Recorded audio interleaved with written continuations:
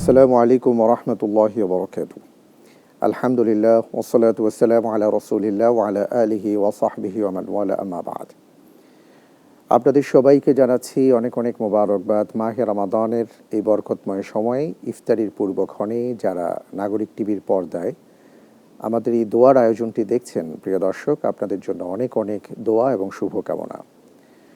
আল্লাহ রাব্বুল আলামিনের মেহেরবানি, তার দয়ায় মাশাআল্লাহ আমরা রোজার দিনে রোজা অবস্থায় আছি। রব্বুল আলামিনের কাছে আমরা দোয়া করি যে আল্লাহ সুবহানাহু ওয়া তাআলা যেন আমাদের সকলের সিয়াম সাধনাকে কবুল করেন, আল্লাহুম্মা আমিন। আল্লাহর রাসূল সাল্লাল্লাহু আলাইহি ওয়াসাল্লাম তিনি বলেছেন, আসিয়ামু জুন্নাহ, রোজা হচ্ছে ঢাল স্বরূপ।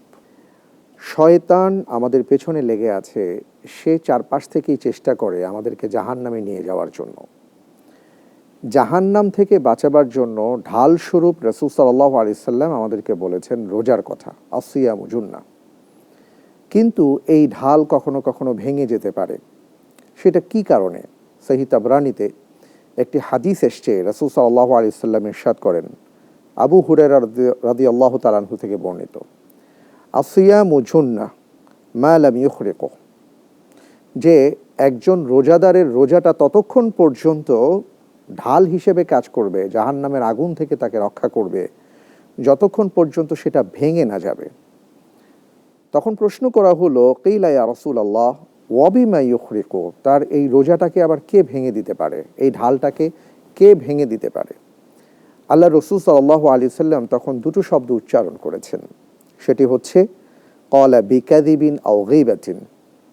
একজন রোজাদার তিনি যদি মিথ্যে কথা বলেন অথবা কারো গীবত করেন, এই রোজার যে ঢালের, রোজার যে ক্ষমতা, সেই ক্ষমতাটা তখন নষ্ট হয়ে যাবে।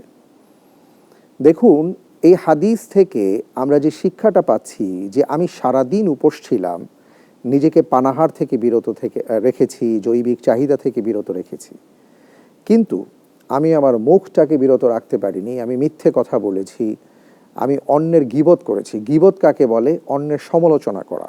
কোন সমালোচনা? যে হ্যাঁ, তার মধ্যে এমন কোনো দোষ আছে, কিন্তু তার উপস্থিতিতে আমি যদি বলি তিনি কষ্ট পাবেন, কিন্তু তার অনুপস্থিতিতে বলাটাই হচ্ছে গীবাহ। আল্লাহ রাব্বুল আলামিন কোরআনুল কারীমের মধ্যে ইরশাদ করেন, ইয়া আইয়ুহাল্লাযীনা আমানু ইজতানিবু কাসীরাম মিনাজ-যন, হে ঈমানদারগণ, তোমরা ধারণা থেকে বেঁচে থাকো।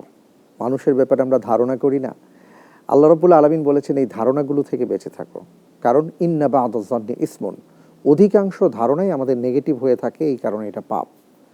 ওয়ালা তাজাসসু, তোমরা কারো পিছনে লেগো না। ওয়ালা ইয়াগতাব বা'দুকুম বা'দা, এবং তোমরা কেউ কারো গীবত করো না।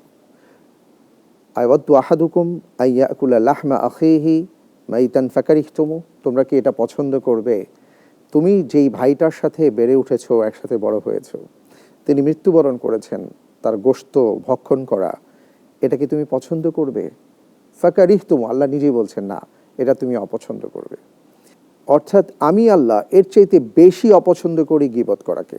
তাই আসুন আমরা আমাদের রোজাটাকে ঢাল হিসেবে ব্যবহার করি, মিথ্যে এবং গীবত থেকে বেঁচে থাকার চেষ্টা করি। আল্লাহ তৌফিক দান করুন, আমিন।